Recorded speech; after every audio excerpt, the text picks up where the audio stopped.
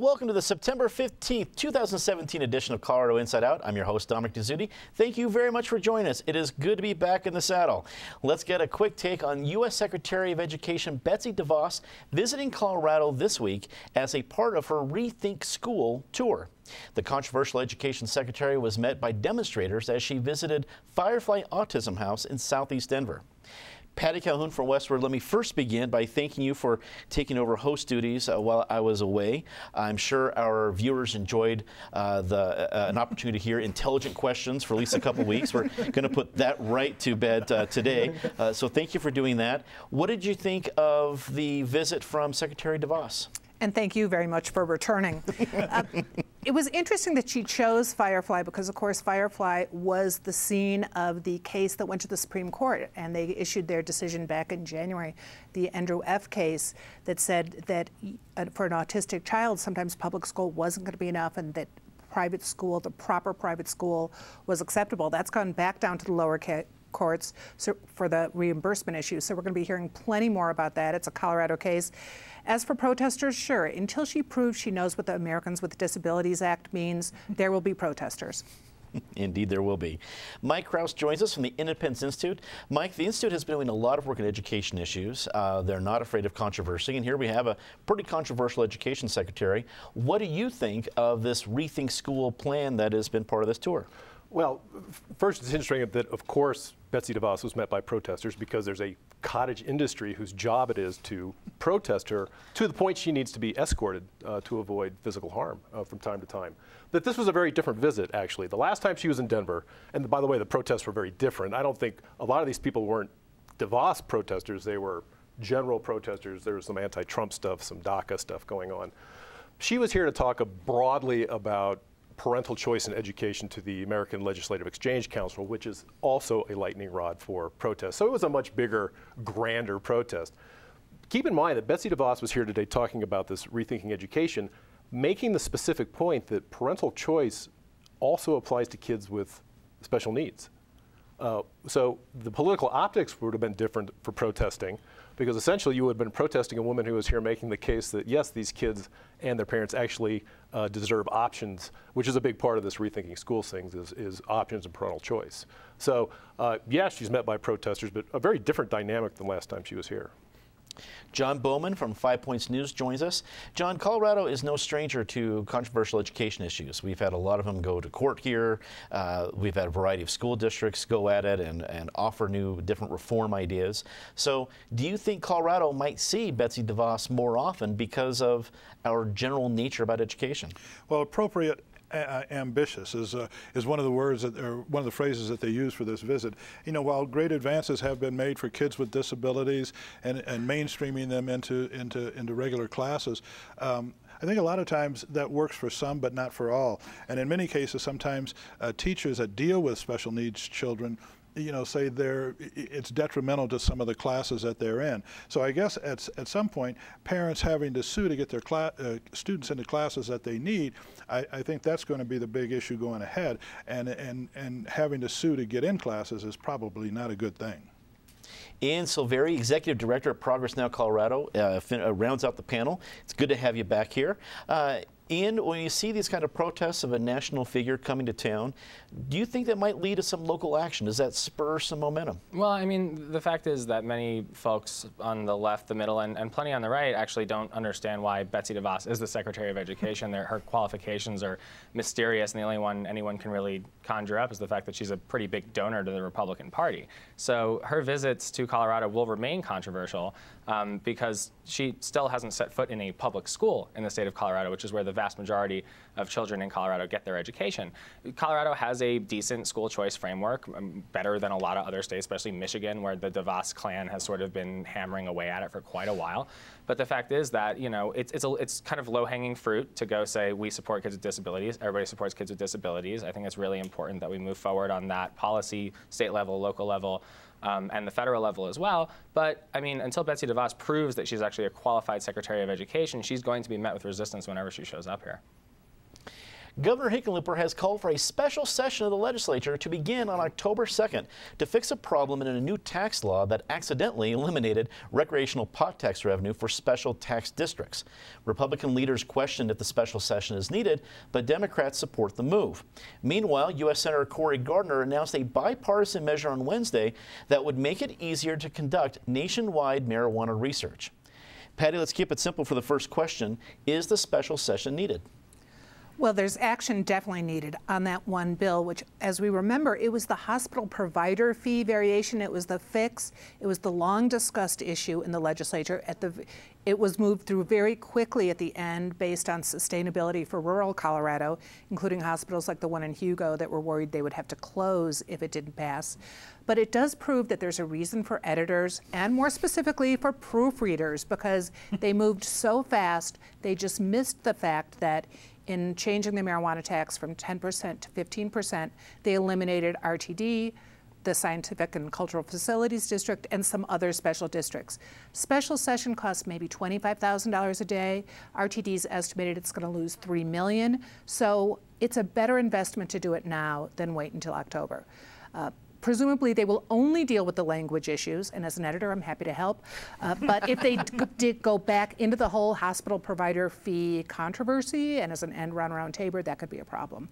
Interestingly, there was another typo in a House bill regarding medical marijuana research. It was that would allow state-sanctioned marijuana research, which is very much needed. And it was only for medical marijuana. They wanted to include retail. Maybe they'll put that in the special session too. At the same time, Cory Gardner now is pushing for marijuana research on the federal level. It's only medical marijuana, but it is time for us to get some real science on marijuana so that we can decide what works, what doesn't work, especially as this huge market in California is about to open up. Well, especially with the majority of states now having at least medical marijuana, it seems we would get some more momentum in D.C. Mike, let's go to the special session first. First of all, I appreciate and completely agree with Patty's point about the need for copy editors at the Capitol, but I'm stunned it took this long that we're here in the middle of September like, oh, wait a second, we should fix this mistake that's just about to cost an organization $3 million. Does that delay surprise you? Well, actually, I'm a little bit surprised that Hickenlooper would call this special session because it reopens a very controversial bill that was, and let's not forget that what we're talking about, SB 267, was literally jammed through in the last couple of days of the session with about 70 pages of strike below language, all in an effort to avoid simply going to a vote of the people and asking if we could move this money out from underneath the Tabor caps. So basically what happens now is all the Republicans who voted for this thing get to come and revisit and relive their embarrassment and betrayal of voters and taxpayers by passing this bill that evades Tabor, and especially embarrassing for the sponsor, Senator Sonnenberg, who must have been too busy cutting deals in the last 2 days of the session to even know what was in his own bill. So this is an example of, let's call it the Obamacare Syndrome. We had to pass it to know what was in it. And the fact of the matter is that if you're a lawmaker and if a bill lands in your committee in the waning days of the legislature, significant bill dealing with significant amounts of money and constitutional issues, and you have no idea what's in it, out of principle, you should simply say no.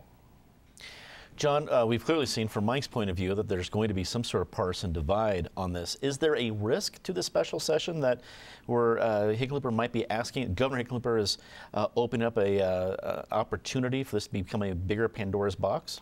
Well, that's always a possibility. I'm a little perplexed in terms of this all happened in June. I mean, they should have understood that, as you mentioned before, it took them 4 or 5 months to figure out there was an error. RTD hired Branberry and McKenna, the lobbyist group, and those are the ones that were monitoring this bill and the language in the bill. They paid them $122,000 to monitor this whole issue. Now, if RTD was really concerned about making sure they got their $3 million or whatever the amount is from those taxes, it seems like that lobbyist firm should have caught this and should have known about this. At this point, I'm like, why don't you just give the money that RTD was supposed to give back to the people, the taxpayers? Well, that might spark a special session itself there, John. Ian, I think we've seen excuse me, and on Gardner, I think he found the like button for marijuana. So there's a lot of that going on in Washington. I don't know. The like button, indeed. Ian, it's clearly a partisan issue, even from the reaction to the special session announcement, with Republican lawmakers saying that it's not needed. We're only 4 months away from the next session. Democratic, the House majority, Speaker of the House, Crisanta Duran, came out and said, we're for it, let's do it. Is this going to be we come in here for 5 minutes and rubber stamp this where we fixed it, or is this going to be a bigger fight? Well, I mean, you're talking about the Colorado legislature here, so nothing's ever easy. Having worked down there for 10 years before I took my current gig, I actually worked with former Speaker Dickie Lee Hullinghorst and Republican Senator Larry Crowder on the first instantiation of the hospital provider fee enterprise fix a couple of years ago that actually passed the House with broad bipartisan support and then met its death in the Senate committee where they have a majority by 1 seat. Bill Cadman was a lot less willing to sort of deal on that bill than it seems like Kevin Grantham, the Senate president, and Jerry Sonnenberg, I think he's Senate President pro tem, were willing to try and do what they could to save the rural hospitals. I mean, at the end of the day, that's what this issue is all about. So, you're opening up the doors of the Capitol, you're letting 100 lawmakers back in, anything can happen. The good news is that, according to our Constitution, it's the governor that actually sets the scope for the special session. And the governor has set the scope very, very narrowly to fix this one issue in this one bill, and that's it. There's questions about plenary power of the legislature. There's the ability for, certain members to move certain bills. I think those are all going to be interesting questions that come up here. For Republicans, Mike's right. I mean, it puts them in an awkward spot because a lot of them kind of bit down hard and kind of plowed through a lot of the right-wing special interest noise from Americans' Prosperity and our good friends at the Independence Institute around Senate Bill 267 at the end of the session here. But let's not forget, you may take quarrel with the issue that there was a technical glitch that needs to be fixed right now. That's kind of why we have the power to hold a special session to begin with, not have to wait till January so RT doesn't get bled dry in the meantime. But quite frankly, these lawmakers are going to come back, and I really do hope that they continue to do the right thing for Colorado, because this was a broad bipartisan compromise where both sides kind of didn't love it, but the job got done and rural hospitals were able to stay open. Governor Hickenlooper announced this week that Colorado will join New York, Massachusetts, and Washington in a lawsuit challenging President Trump's decision to end DACA. Meanwhile, the governor denied a pardon for a Peruvian woman who has been fighting her deportation after receiving a felony conviction for living and working under a stolen name and social security number. Mike, again, we have another twofer here, but I'll start with the governor's decision to join this lawsuit. Do we have a divide here between the governor making this decision on a lawsuit and our own attorney general, who I guess and at some point would be the one having to do the work on this? Well, yes, there is a divide. In fact, Cynthia Kaufman declined to join the lawsuit and has publicly stated that she disagrees with the arguments, the legal arguments. And so, however this system works, what's going to end up happening is not the Attorney General suing, it's the governor's lawsuit with special counsel from within the governor's office being allowed into the AG's office to run the lawsuit. So Cynthia Kaufman did not sign on to this. And the point, one of the big points is that regardless of how you feel about these kids, the dreamers, the fact of the matter is that DACA emerged as President Obama basically bypassing the legislative process when he couldn't get what he wanted out of Congress and creating exemptions to the law through executive order. This is executive overreach. Everyone knew it at the time. So essentially, what the governor's doing is he's saying, I approve of this executive overreach since I approve of the outcome of it. So the lawsuit essentially supports a pretty blatant piece of executive overreach. Attorney General Kaufman is correct in that this is a congressional fix, and in fact, it's headed to Congress. And I would think, given the last couple of days' events of Donald Trump being in talks with Democrats on the Hill, that we will see a DACA fix. In the meantime, thanks, Governor, for wanting to. So far, Governor Hickenlooper has decided to fix federal health care issues, and now he wants to fix federal immigration law via lawsuit. And in the meantime, our roads are still crumbling, Governor. John, immigration is a very difficult issue to ride that middle rail. It's pretty thin for politicians, but this week kind of seems, Governor Hickenlooper, we're seeing trying to at least ride that. Here he is filing the lawsuit, joining other states in the DACA lawsuit, but then also not caving into other pressure to pardon the Peruvian immigrant who has had a felony conviction. Is he going to be successful riding this middle ground? Well, at least nobody has called anybody an idiot in terms of the Attorney General. I mean, the governor hasn't gone that way. But at the same time, I think, when you have, this is one of those, like you said, a very difficult subject. And if you commit a felony and you use stolen paperwork and this and that to get into the country in the first place and set up your life, I think you're in terms of rails, you've gone off the rail. And I don't think the governor has any choice not to not pardon her. I think that's the right thing to do. Everybody, I'm for the Dreamer kids getting citizenship or whatever the step would be to let them stay legally. They've been here since they were children, and if they stay out of trouble and they do the right thing, then I'm all for that. But I guess when all is said and done, the criminals should go. The kids that are good should stay. And I can't believe I'm even agreeing with Donald Trump. It's crazy. Let it be known they're going to write this one, this day down, John. You might pay for this later. Ian, two very different moves from the governor here. Your thoughts on both? Yeah, I mean, at the end of the day, something has to be done at the federal level in terms of comprehensive immigration reform. And that's why you see a cognitive dissonance at state levels all over the place, right? You see certain states setting up sanctuary cities, sanctuary policies to make sure that we can protect kids, protect parents, not disrupt families, not disrupt businesses, not disrupt education systems that have had these kids, they've only ever known this country. But let's zoom out a little bit. I mean, the common argument around this has to do with well, the parents didn't break the law, so the kids are innocent. At the end of the day, it's because we have a broken immigration system that does not work for anybody in this country at all. The line's way too long. The process is way too inefficient. We're not vetting people properly. We're not allowing the best and the brightest to come and contribute to our country, and they should be. I thought that DACA was unfortunately a Band-Aid that had to happen on a broken immigration system. You had a bipartisan bill in the U.S. Senate that passed, went to the House, and met an untimely death where 4 and 4, Democrats and Republicans in the Senate agreed we need a comprehensive immigration reform. This was before Trump and the wall, where things were a little bit more normal. So, where we are right now is a little bit different. But at the end of the day, you see these cognitively dissonant moves happening on the state level that, unfortunately, I don't think take into account the full human cost of these activities. When you're deporting people, you're changing their lives completely. And yes, this woman broke laws, but she wasn't a violent criminal, right? She didn't hurt anybody. She didn't kill anybody. She was simply trying to work to provide for her family. And people who are coming to this country to escape terrible situations in their home countries, we need to have a pathway for them to be able to settle in this country and contribute. We're a nation of immigrants. My grandparents came here after the Holocaust, after World War II, and as a result, I was lucky enough to be born here. Patty, you know John Hickenlooper very well. You've known him for a very long time. Where do you think his heart is on this issue as we see two fairly different decisions this week? Well, I would guess his heart is probably with all the immigrants who are having trouble dealing with this, who are good, who would be good citizens if they could be citizens. But I understand the difference between the clemency issue and the DACA issue, which is she made a choice to come here. She made a choice to use false identity. It wasn't completely victimless, although it wasn't a violent crime. So to offer clemency on that when there's so many people looking for clemency on so many issues, I think that would have been a tough call for him given the law. You can't compare that to what happens with the DACA kids, the dreamers who truly were brought here, no choice of their own. Most of them have been living exemplary lives. If they are criminals, we can face that. But good luck to Congress. Just trying to parse all the information we've got and all the tweets coming out the last few days. It's hard to tell whether to be optimistic that Congress has some kind of compromise with Trump or not, but they need to come up with a solution for those dreamers so they can get on with their lives, ideally for most of them here in this country. Denver Mayor Michael Hancock released the city's close to $1.4 billion proposed budget this week.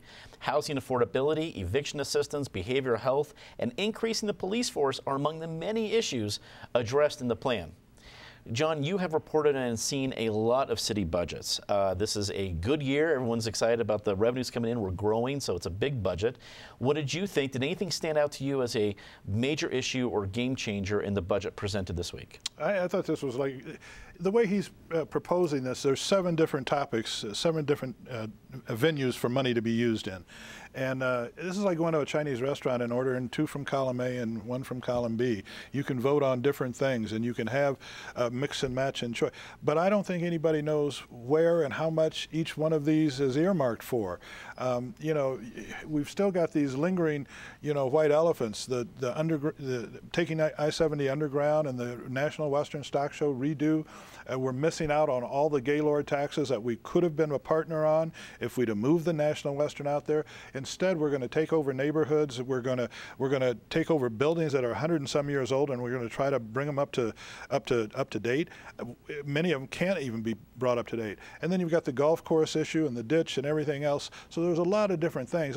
I'm just not sure that this is the right time. I mean, we're riding high right now, but everybody, you know, on Wall Street is saying the crash is coming. Now taxpayers are going to be hit again for another $1.some billion.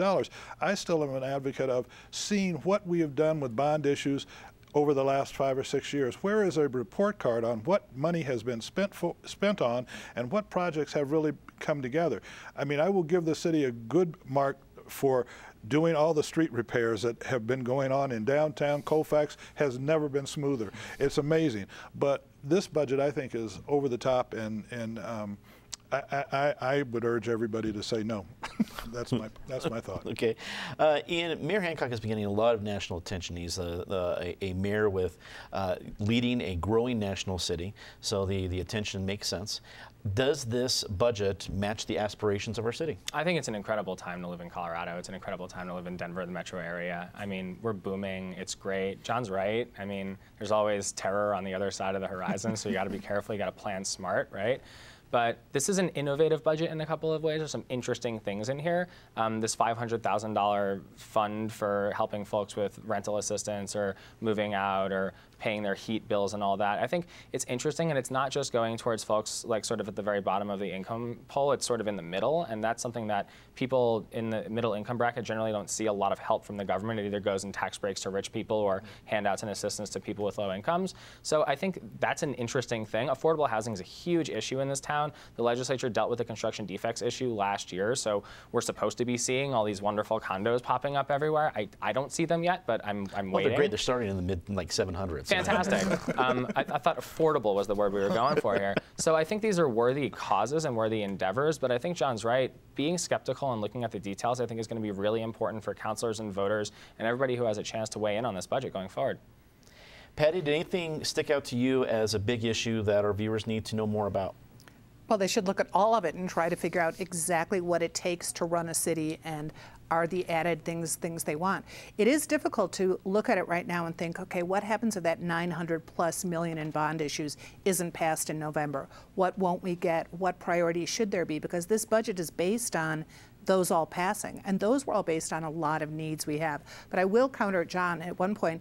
If you look at the Building a Better Denver website that the city set up after the bonds were issued 10 years ago, you can actually see where those bonds have gone. Some of them, I think, went where all the voters hoped they would.